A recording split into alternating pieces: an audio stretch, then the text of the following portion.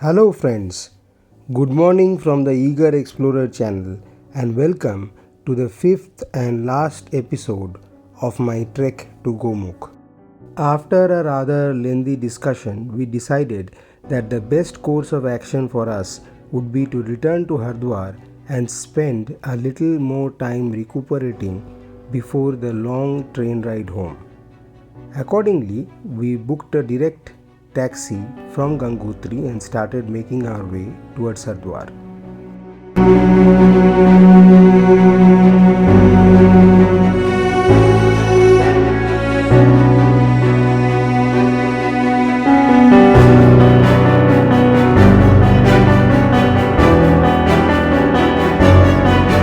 The cost of the reserve vehicle from Gangotri to Hardwar was 8,000 rupees. This was twice as expensive as public transport. Though this was quite an expensive option, having our own vehicle meant a much more comfortable ride, interrupted occasionally by flocks of sheep blocking the highway. This is quite a common occurrence along this route, especially early in the mornings. But the weather was sunny and warm, and overall the ride was a very beautiful experience.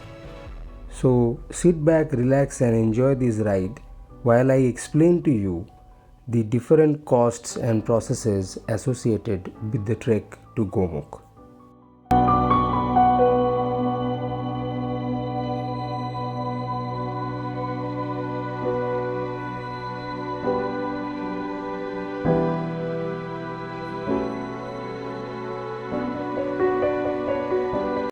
It is mandatory to obtain a permit from the forest department to trek to Gomukh and Tapovan. This permit can be obtained either from Uttarkashi or from the forest checkpost at Gangotri. We obtained this permit through our guide and he charged us 1500 rupees for this.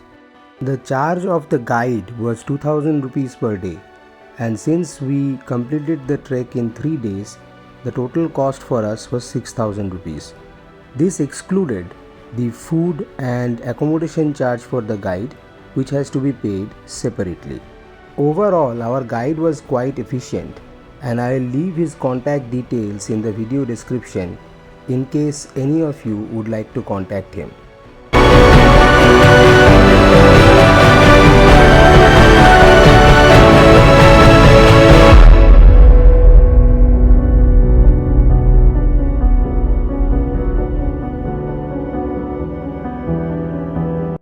This is the cheapest way to do this trek. It can be also done as a guided tour, but it would be significantly more expensive as it would involve the cost of porters and all the other equipment necessary for the journey. Based on our overall experience, I feel a guided expedition for Gangotri and Tapovan is unnecessary, and it is quite possible to do this trek independently by requisitioning the service of a guide. However, food options are quite limited along this route, and it is very important to carry sufficient provisions of dry fruits, biscuits, cakes, etc. for the entire trek.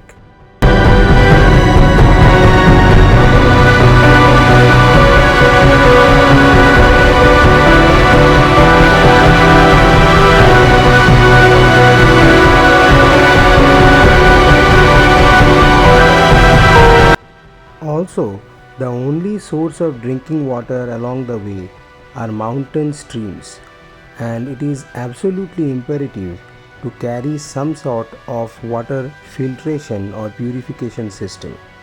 After a rather uneventful but thoroughly enjoyable journey through narrow mountain roads, smooth highways, beautiful bridges and tunnels, we finally reached Hardwar and spent the next day recuperating and enjoying delicious food before boarding our train back to Kolkata.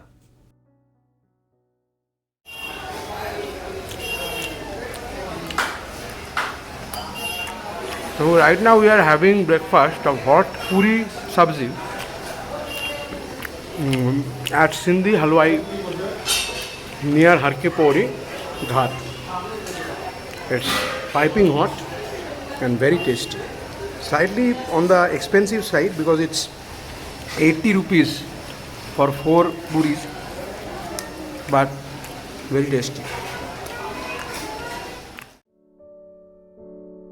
Our journey finally came to its end after a 30-hour train ride to Kolkata. That's all I have for this episode and the series, my friends.